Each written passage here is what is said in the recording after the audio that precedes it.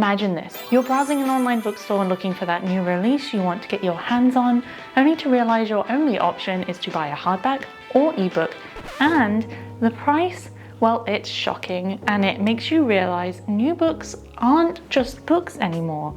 They're luxury items. Oh, and depending on which country you're in, these prices might be even higher. Which begs the question, is buying new books only for rich people? Quite the statement, right? Well, in this video, we're gonna explore exactly that. Starting with the facts, because paperback and hardback prices aren't staying the same, so if you're kinda shocked by the price now, well, they're set to go up even more. In fact, this year, 2024, paperback books have been set to or have already gone up in the UK from roughly £10 to £12, and hardback cost from roughly £18 to £20. In the US, prices are similar, with hardbacks exceeding $25 and paperbacks nearing $16. Honestly, sometimes it's a lot more than that. In 2025, while we don't have the specific numbers yet, you can bet they'll go up too. That's not just a little price increase. If you're buying books regularly because, you like to read, that kind of price increase is pretty significant. So why is this? Because you might be thinking, well, inflation keeps going up, so that's probably why. And while yes, inflation is part of it, it's not the whole picture.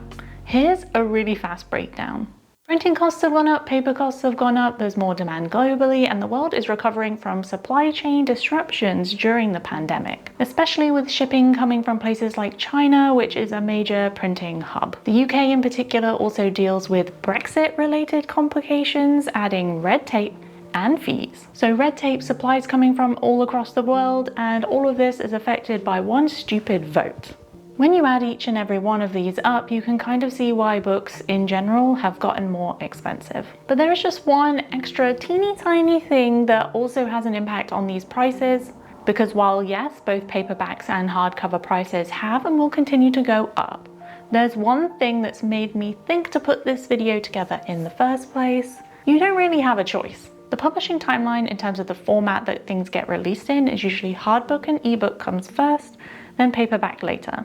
Sometimes 6 months to a year later. So let's say you're a reader who's very keen to read the new release, but you don't have a lot of money to spend. Your options are very slim because, well, there are only three. A £20 hardback, the ebook, which can also be stupidly expensive too, or wait for the paperback. So why is this? Why do publishers release the hardback version of a book before the paperback version? Publishers use hardback books to make money early on in the publishing cycle of that book. They're more expensive to produce than paperbacks, sure, but not as much as you'd think.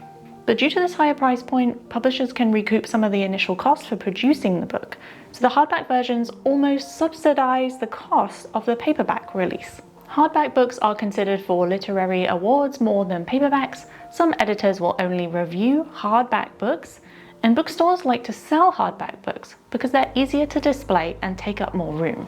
Even if, right now, people aren't buying them as much as they used to. Even libraries prefer hardback books because they're more durable. As consumers, hardback books tend to feel special, higher quality, and therefore most people are willing to spend the additional money if they're really keen on that one particular book. In other words, it's all about the money, because once those hardback sales start to subside, publishers have another round of marketing to do when they release the paperback versions, lengthening the longevity of the book. But it doesn't stop there, because the cost of hardbacks and paperbacks are enough to make anybody wince at the checkout. The cost of ebooks are becoming just as shocking. Let's be real here, ebooks should be cheaper, right?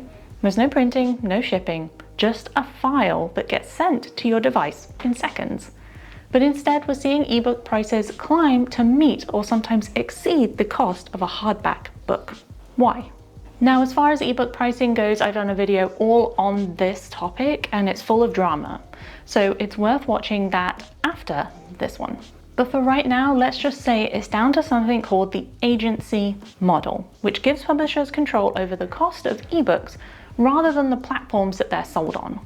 This limits the ability of retailers like Amazon to offer discounts and compete on price, leading to higher costs for the consumers. Although let's be honest, Amazon does whatever Amazon wants.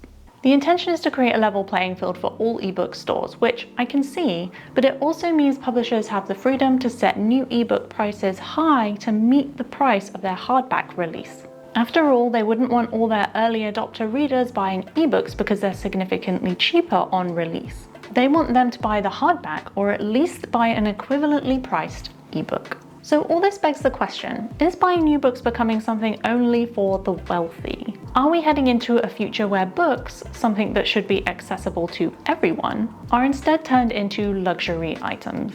This is where it gets personal because rising book prices don't affect everyone equally. For some, paying £20 or more for a hardback isn't a big deal, but for others, it's simply out of reach. In fact, many lower income readers are already feeling priced out. When hardbacks become too expensive, like we're seeing right now, people aren't buying them as much. It limits who can afford to stay current with new releases. This upward trend is also affecting independent bookstores who are struggling to compete with larger retailers that can afford to offer discounts on new releases. Readers are more likely to turn to online giants like Amazon or even Waterstones for cheaper options, leaving smaller shops at a major disadvantage. So it's not just readers being priced out, it's the whole ecosystem around books that are feeling the strain. However, there is a tiny bit of hope because publishers are aware of the issue and are trying to tackle it in their own ways. Some are using cheaper paper or reducing the embellishments on covers to cut down production costs. You might have noticed fewer fancy gold embossed titles or special edition flourishes recently, and that's one way they're trying to keep book prices from skyrocketing even further. Those kinds of things are reserved for things like fairy loot or subscription boxes.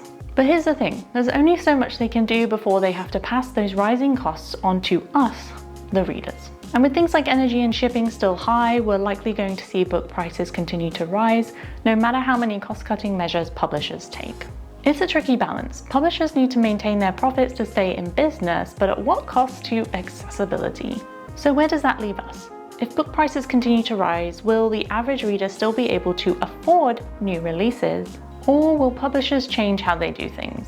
For some readers, the shift is already happening. Libraries and secondhand bookshops are becoming the go-to options for many people who can't justify paying £20 or sometimes more for a new release. And while that is a great way to keep reading without breaking the bank, it doesn't solve the problem for accessibility when it comes to new releases. Libraries are a vital resource for making books accessible to everyone, but not everyone has an access to a well-stocked library, especially in rural areas. And even then, library budgets are limited, meaning they can't always keep up with the latest releases. So what do you think? Have rising book prices affected your book buying habits? And do you think we're going to see a future where only a few can afford new releases at all? I would love to know, so leave me a comment. Thank you so much for watching, and I'll see you next time for another video.